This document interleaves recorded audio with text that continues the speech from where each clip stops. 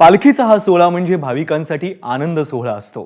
वारीच्या वाटेवरचं रिंगण असो वा मग संध्याकाळी पार पडणारी समाज आरती, सारेच मोठ्या संख्येनं गर्दी करतात, या सोहळ्याचा आनंद घेतात।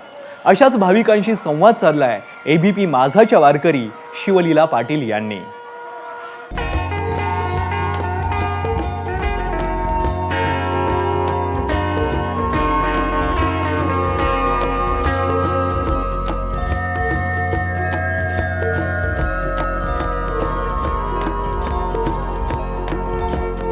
रामकृष्ण हरी।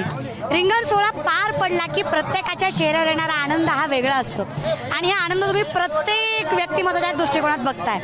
व्यक्तिमत्व कुणीही असू द्या, प्रत्येक क्षेत्रातील लोक आनंदाने हा सोहळा साजरा करतात, जगतात आणि हा जगलेला सोहळा वेगवेगळ्या पद्धतीने वेगवेगळ्या अनुषंगाने मांडतात। ज्ञानोबा तुकोबारांपर्यंत आपली भावना पोहोचवण्यासाठी प्रत्येकजण आनंदाने इथं झटत असतो आणि तोच आनंद प्रत्येकाच्या चेहऱ्यावर दिसतो आणि त्यामध्ये प्रत्येक माय माऊली महिला पुरुष प्रत्येकजण आनंदाने सहभागी होतोय। आपण त्यांनाच विचारूयात, हा आनंद कसा व्यतीत करताय? रामकृष्ण हरी आहे। रामकृष्ण हरी।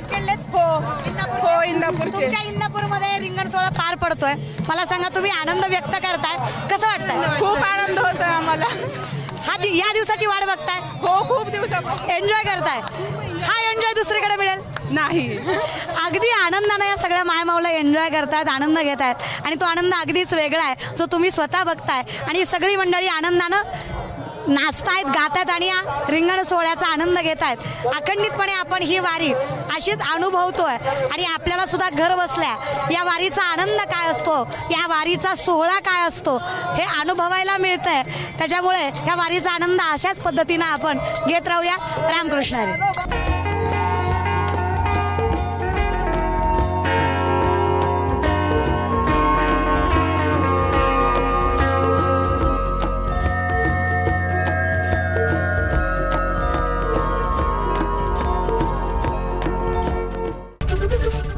एबीपी माझा, उघडा डोळे बघा नीट।